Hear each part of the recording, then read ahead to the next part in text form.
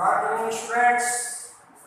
अपन matrix में आज आव्यूह के गुणधर्म पढ़ेंगे। तो मैं हाजिर हूँ आपके सामने आव्यूह के गुणधर्म लेकर, और टॉपिक है आव्यूह का गुणधर्म। प्रश्नावली तीसरी चल रही है, आव्यूह के गुणधर्म। तो आव्यूह के गुणधर्म में अपन पहला जो गुणधर्म है वो पढ़ेंगे परिवर्त आव्यूह।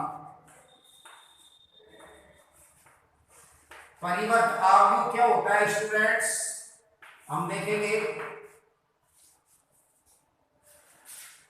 यदि कोई आव्यूह ए, परिभाषा है, पेपर में परिभाषा भी पूछ ली जाती है स्टूडेंट्स, इनको ध्यान रखना परिवर्त आव्यूह की। यदि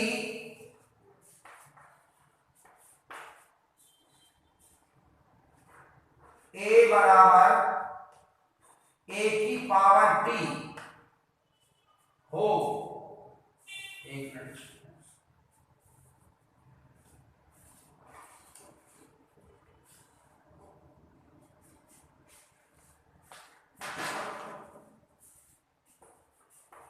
भाषा में लिखवा देता हूं स्टूडेंट्स। यदि किसी आव्यूह की पंक्तियों को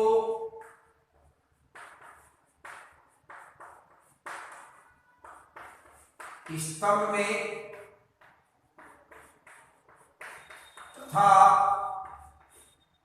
स्तंभों को पंक्तियों में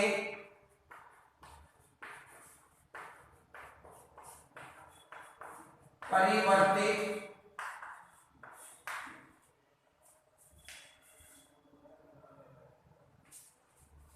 कर दिया जाए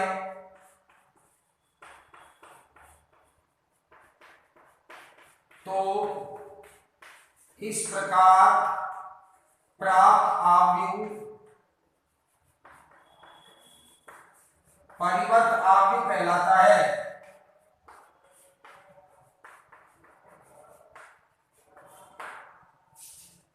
परिवर्त आव्यूह कहलाता है। जैसे कोई आव्यूह ए इस प्रकार है कि 1 2 3 4 5 6 2 3 4, आपसे कहे कि ए का परिवर्त ज्ञात करो,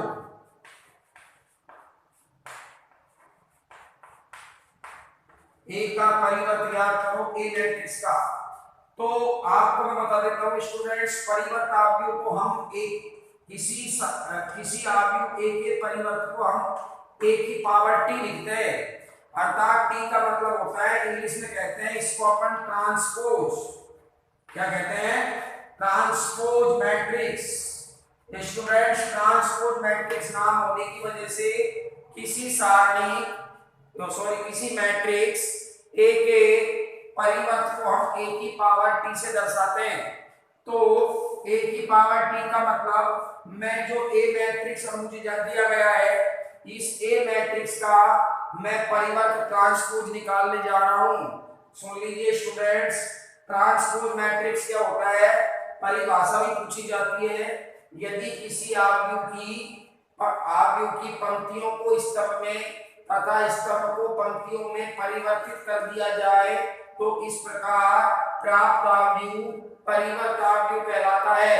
जैसे ए बराबर, ये आपका मैट्रिक्स है, आपसे कहा कि ए का परिवर्त ज्ञात करो, तो किसी भी मैट्रिक्स के परिवर्त मैट्रिक्स को पावर टी से दर्शाते हैं। अर्थात ए का ट्रांसपोज मतलब ए का परिवर्त, ए की पावर टी का मतलब ए का परिवर्त निकालेंगे।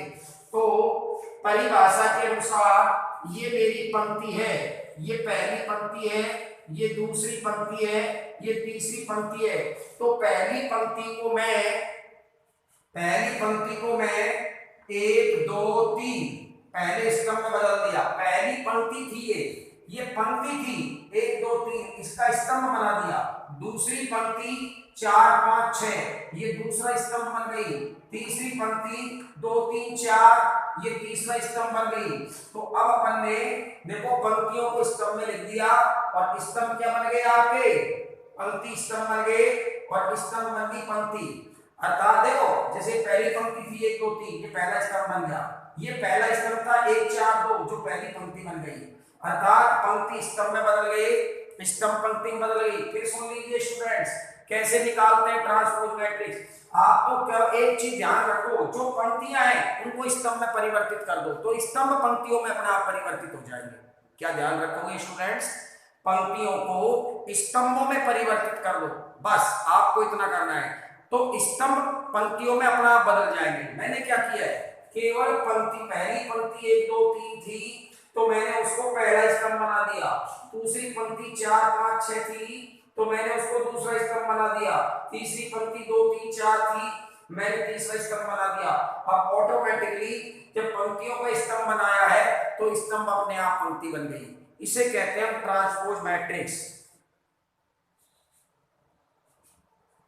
ओके स्टूडेंट्स, ये परिवर्त मैट्रिक्स है, परिवर्त आव्यूह जिसको इंग्लिश में ट्रांसपोज मैट्रिक्स कहते हैं। अब है सममित एवं विषम सममित आव्यूह। गुणधर्म में अगला टॉपिक पढ़ेंगे हम स्टूडेंट्स, सममित और विषम सममित आव्यूह।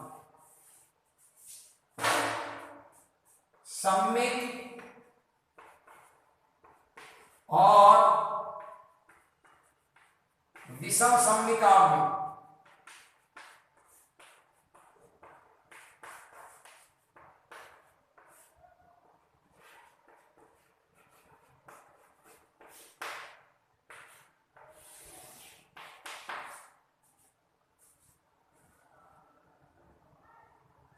परिभाषा है एक वर्ग आव्यूह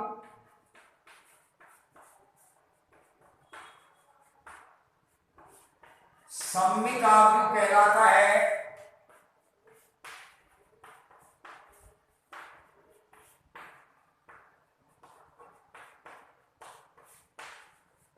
यदि एक वर्ग आव्यूह ए सममित आव्यूह कहलाता है यदि ए का परिवर्त इस आव्यूह ए का परिवर्त ए के ही बराबर आए, मतलब ए का परिवर्त निकालूं तो ए ही आ जाए, तब ए की पावर टी बराबर है। अर्थात सममित कोई आव्यूह सममित है या नहीं, इसकी जांच कैसे करेंगे, देखिए टॉपिक है सममित। पहले तो सममित की परिभाषा एक वर्ग आव्यूह, इसका मतलब स्टूडेंट्स ये ध्यान करना, एक वर्ग आव्यूह ए अर्थात कोई भी मैट्रिक्स को सममित या विषम सममित की जांच कभी की जाएगी जब सबसे पहले तो वर्ग आव्यूह होना चाहिए। वर्ग आव्यूह का मतलब उसकी कोटि और उसके स्तंभ और उसकी पंक्ति बराबर होनी चाहिए, मतलब उसकी कोटि में पंक्तियों की संख्या और स्तंभों की संख्या बराबर होनी चाहिए। इस प्रकार से मतलब 2 गुणा 2 का हो, 3 गुणा 3 कोटि का हो, 2 गुणा 2 का मतलब 2 पंक्ति हो और 2 स्तंभ हो, जैसे 1 2 3 4 2 ही पंक्ति है और 2 ही स्तंभ है, तो इसको मैं वर्ग आव्यूह कह सकता हूँ। मतलब सममित आव्यूह के लिए पहले वर्ग आव्यूह होना जरूरी है।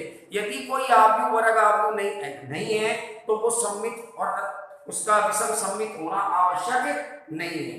ठीक है स्टूडेंट्स, अर्थात ये अपनी परिभाषा है कि सममित आव्यूह क्या होता है, एक वर्ग आव्यूह, मतलब पहले सममित आव्यूह के लिए उस आव्यूह का वर्ग आव्यूह होना जरूरी है। अगर वो वर्ग आव्यूह नहीं है तो हम सममित और विषम सममित की कल्पना भी नहीं कर सकते। ये मैं नहीं कहता, ये परिभाषा कहती है।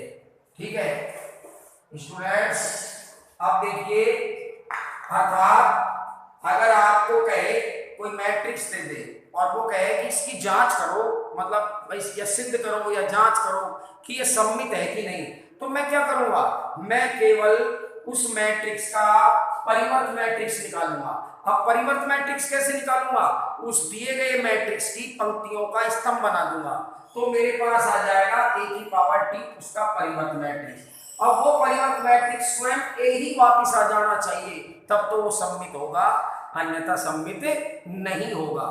ओके, फिर सुन लीजिए स्टूडेंट्स, एक वर्ग आव्यूह अर्थात सममित आव्यूह के लिए पहले आव्यूह का वर्ग होना जरूरी है, अर्थात उसमें पंक्ति और स्तंभ बराबर होने चाहिए। सममित अवयव कहलाता है यदि उस अवयव का मैं परिवर्त निकालूं। परिवर्त निकालने का मतलब उस अवयव की मैं पंक्तियों को स्तंभ में परिवर्तित कर दूं, तो उस परिवर्तित करने के बाद पंक्तियों को स्तंभ में परिवर्तित करने के बाद a की पावर t आएगा, वो a ही आ जाए वापिस स्वयं, तो वो सममित मैट्रिक्स कहलाता है।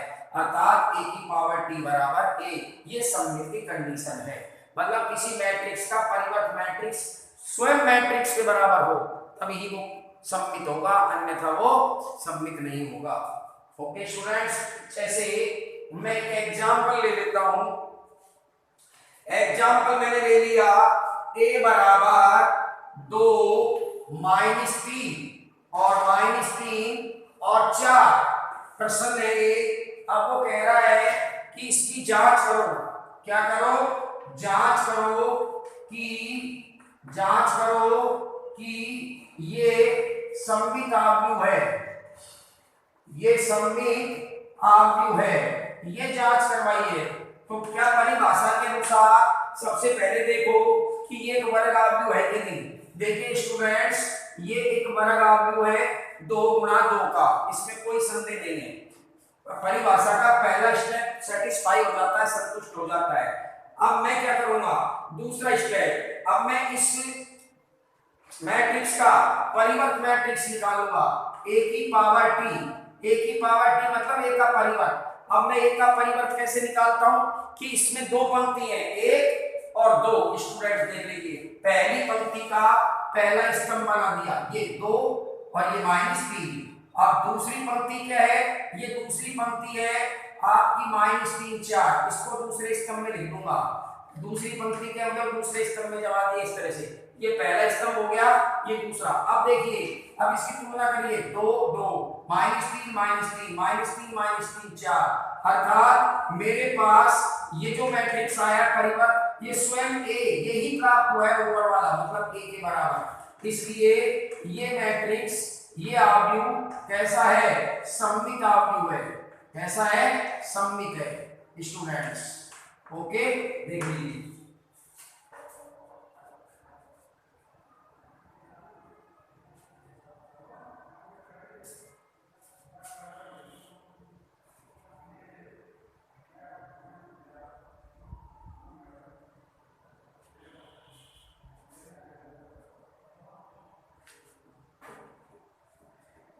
अब देखिए स्टूडेंट्स, विषम सममित अवयव, ये तो सममित की परिभाषा लिखाई है मैंने।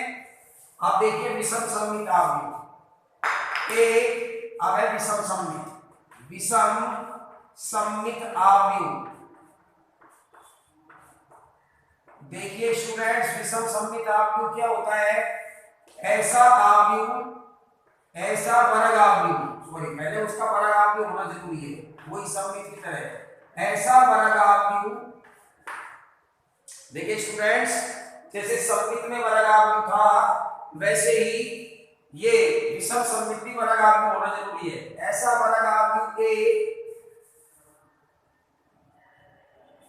ऐसा मतलब एक वर्ग अवयव a विषम सममित होगा, विषम सममित होगा यदि, ये परिभाषा पूछ लेता है स्टूडेंट्स, याद करनी है क्योंकि परिभाषा इस साल पूछी गई है।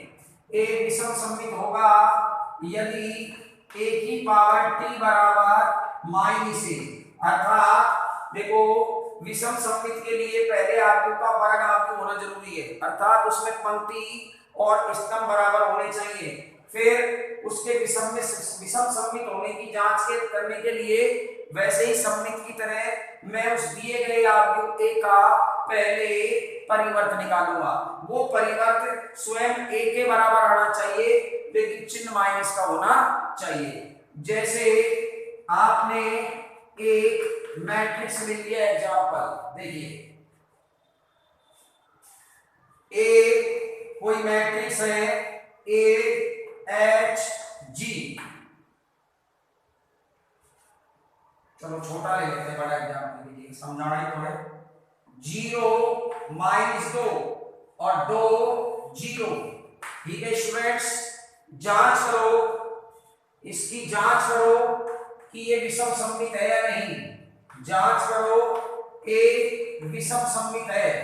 तो विषम सममित और सममित की जांच का कंसेप्ट क्या होता है?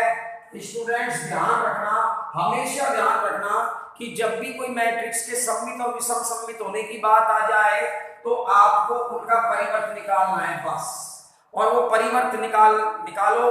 अगर वो परिवर्त a के बराबर आ जाए स्वयं के तो वो सममित है, और अगर वो -a के बराबर आ जाए तो विषम सममित है। जैसे अब मेरी विषम सममित की बात हो चाहे सममित की, सममित और विषम सममित का कॉन्सेप्ट चलता है अपना परिवर्त आव्यूह से।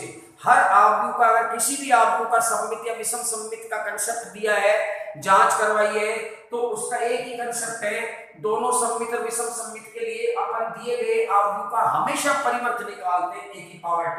तो ये a की पावर t आ गया, अर्थात मुझे a का परिवर्त निकालना है। परिवर्त निकालने के लिए मैं आपको फिर समझा रहा हूं, आप ज्यादा कुछ नहीं करें, केवल पहली जो पंक्ति है ये पहली पंक्ति, इसको पहला स्तंभ बना दे, दूसरी पंक्ति को दूसरा स्तंभ बना दे, दूसरे स्तंभ में लिख दिए दो, दूसरी पंक्ति क्या हमें दूसरे स्तंभ में लिख दिए, पहले 2 फिर 0।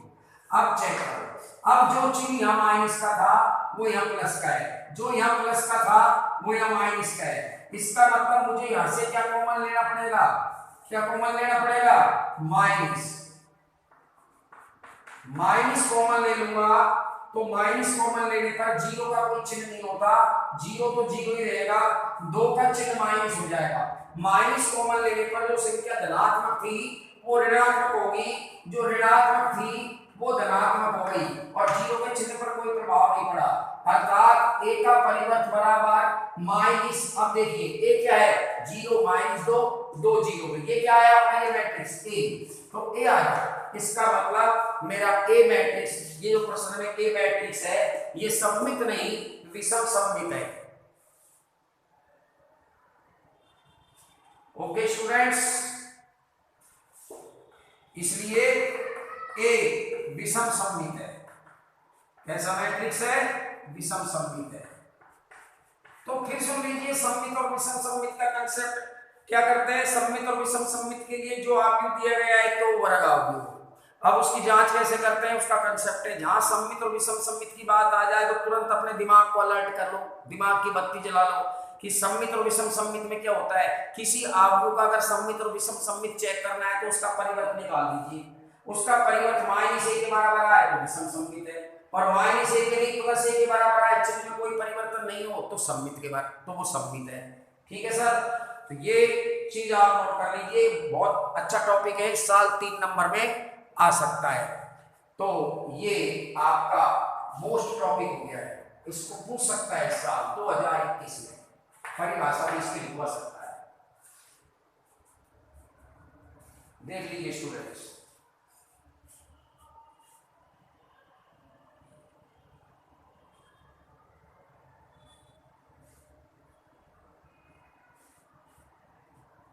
अब स्टूडेंट्स अपना अगला टॉपिक है सममित और विषम सममित में ही, इस पर भी 3 नंबर का एक क्वेश्चन बनता है, देखिए। और वो टॉपिक ये है किसी, ये भी 3 नंबर का है, 3 अंक का जबरदस्त मोस्ट क्वेश्चन है ये, जिस पर चर्चा कल करेंगे। मैं टॉपिक लिख देता हूँ, सूत्र लिख देता हूँ, और इसकी व्याख्या कि ये सूत्र कैसे आया, क्यों आया, वो सब चीज कल करेंगे। किसी दिए गए आव्यूह A को सममित और विषम सममित के योगफल के रूप में लिखना। सममित और विषम सममित के योगफल के रूप में लिखना, ये टॉपिक है।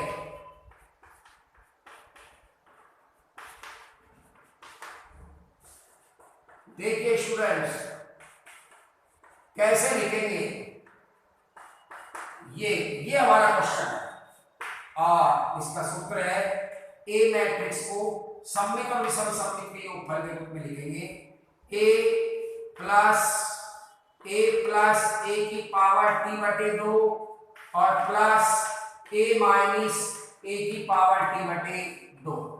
देखिए स्टूडेंट्स, या ऐसा भी लिख सकते हो 1/2 को बाहर ले लीजिए और फिर आपको कोष्टक लगाना पड़ेगा, क्योंकि 2 का भाग इसमें भी लग रहा है, इसमें भी लग रहा है। एक तरह से 1/2 यहाँ से कॉमन ले लिया, तो a प्लस a की power t plus a minus a की पावर t।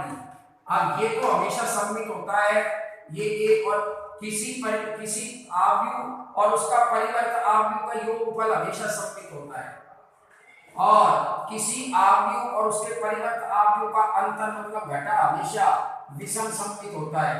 ये क्यों होते हैं, इसके लिए कल एग्जाम्पल देकर हम आपको विस्पष्ट रूप से समझाएंगे इस सूत्र को। आप अभी नोट कर लीजिए, 3 नंबर का प्रश्न इस पे जबरदस्त बनता है। Okay students, thanks.